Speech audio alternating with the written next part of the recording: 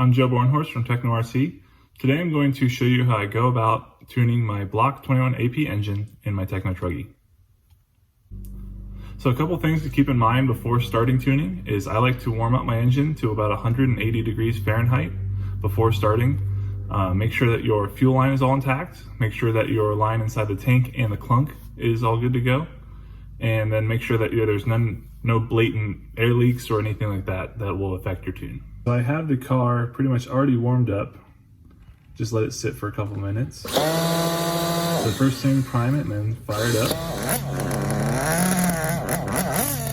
So I've set it a little bit rich right here so I can show you how to go from rich to a good race tune.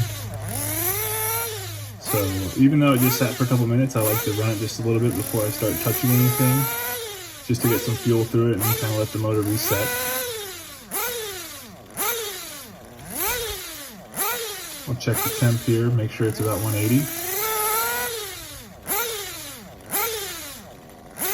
And we're good to go. So the first thing I'll touch is the top. I can tell that it's pretty rich. So I took a decently big bite there, about 2 hours. Usually only go about an hour, maybe a half hour if you're close. Still rich, so I'll take another bite at it.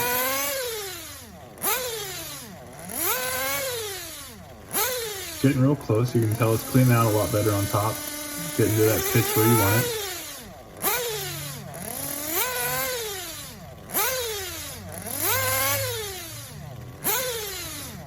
Still not quite there, but almost. So I just took one more hour towards it. We're pretty good there now. I'll let it die down just to make sure that it's not too lean and the idle's not sticking up at all, which the idle sounded good there. Now I'll start working on the bottom. You could tell there that I held about 15 to 20% throttle, and then whenever I punched it, it was too loaded up with fuel and bogged. So I leaned out the bottom a couple hours.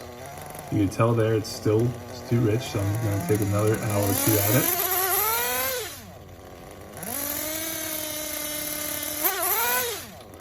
You can hear there, it's getting closer, but it's still a little rich on bottom, so I took another hour or so. Starting to clean out a lot better and sound better. We'll check it one more time. Real close, but it still just has a little bit of, not quite there. You can tell it's getting a lot more snappy as we get the bottom leaned out there.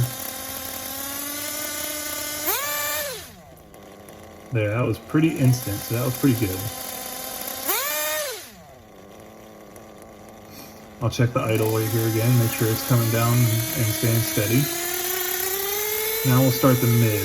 I'll go slowly throughout the whole trigger pull and make sure that it's pretty smooth. You could tell in that one that the mid, it kind of dipped down a little bit, which tells me that the mid was a little bit rich. Still just a little bit rich because it dipped down in the middle of the RPM there, so I'm just going to lean out the mid a little bit more. Now you can see there that I leaned the mid, which then caused the bottom to lean out. So I have to richen up the bottom a little bit because I moved the mid enough. So I just took about an hour rich on the bottom.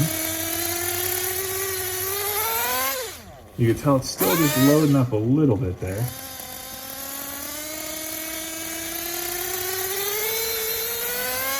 You can just tell that little extra fuel in the middle of the RPM. So I'm going to go about another hour on the mid lean. Sounding pretty dang close now. Now since I leaned the mid, I knew that I was on the edge already on the bottom, so I had to richen the bottom. Now you can tell it's all instant, there's no lag anywhere, and the RPM goes smoothly throughout the whole trigger pull. And then I'll check the idle, make sure it's all good. And then once you let it idle for about 5 to 7 seconds, you want to just pull it and make sure that there's no hesitation and it just goes right there. Now I'll show you what a too lean of a bottom sounds like just by itself. You can tell the idle's coming up a little bit now. You can already tell it's just running out of fuel on the bottom. It's not right. So right there, that was consistent throttle, and it's running out of fuel, which causes the RPM to raise by itself, which is again a lean bottom. So I'll richen the bottom back up. Now you can tell it just sounds more correct. It's not running out of fuel, the idle sounds good.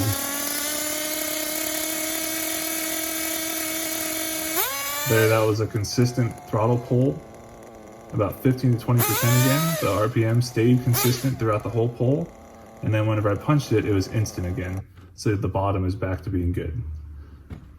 Always make sure that your flywheel and your piston is at bottom dead center. It's not stuck up in the pinch whenever you shut the engine off, and you're all good to go. And that's how I tune my motor.